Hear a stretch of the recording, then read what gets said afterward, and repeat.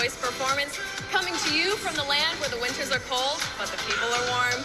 I'm your Miss Alaska, Emma Broyles. Your second finalist from this group, Miss Alaska, Emma Broyles.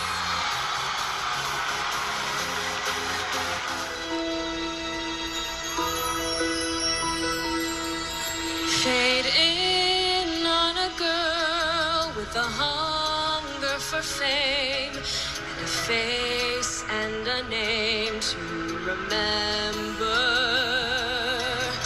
The drama, the laughter, the tears, just like pearls. Well, they're all in this girl's repertoire. It's all for the taking, and its magic will be making. Let me be your star. I'll just have to forget the hurt that came before. Forget what used to be. The past is on the cutting room floor. The future is here with me. Choose me.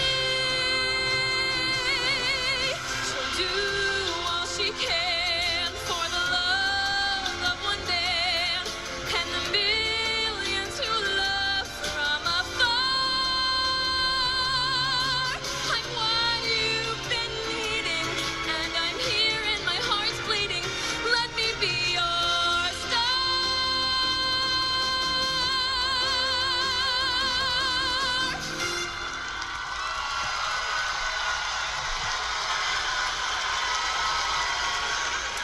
Rounding out our top 5 is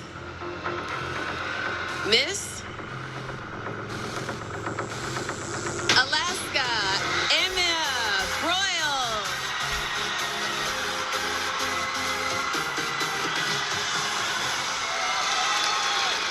Hi, Emma.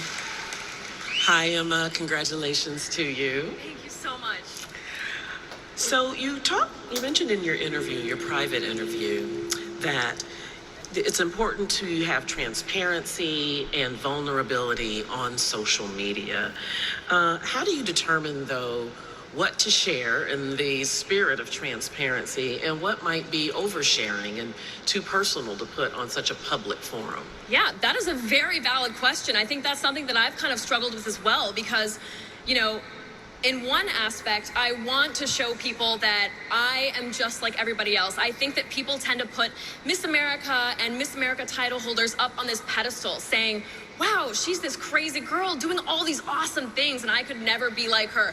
And I think that in that sense, it kind of puts Miss America in this box that's kind of put aside from the rest of society. But one thing that I've really tried to do, especially as Miss Alaska, is show people that I am real. I have flaws. I have ADHD. I have dermatillomania, which is a form of OCD. I've struggled with all of these things, and because of that, I am a better person. You know, during COVID, it was an incredibly difficult time for me, being isolated in my college dorm for so long. And it was that point where I hit rock bottom when I realized that I can be so much more than that. And that's when I finally I got my ADHD diagnosis. I realized that I have dermatillomania, and I finally got everything figured out. And that was an incredibly important moment for me. And I think that a lot of people don't recognize that their low points are what are going to propel them into their future. And so being as transparent as I possibly can, without oversharing, of course, things that might not be as appropriate, is what I hope to do as Miss America as well.